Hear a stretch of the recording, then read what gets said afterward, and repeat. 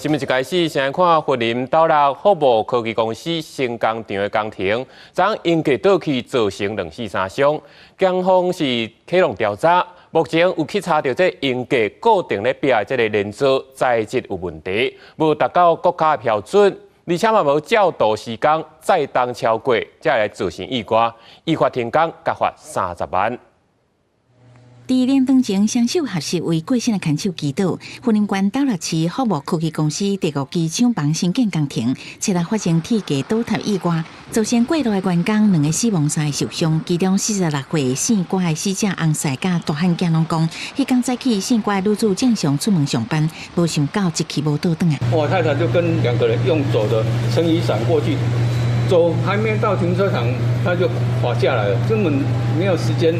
也第一时间也来不及闪躲，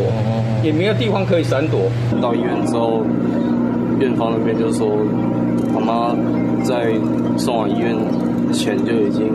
没有心跳呼吸了。倒去的铁架唯还阁挂伫半天悬，事故现场规个如苍苍。劳动部技研署到工地勘查，初步发现工程铁架连接施工架的帮模啊壁连组无使用符合国家标准的镀锌铁管材质，阁无照上大再当设计施工造成倒塌，所以先要求随停工，并以职安法第6条对负责施工的九牧营造公司裁罚30万。7楼外墙的模板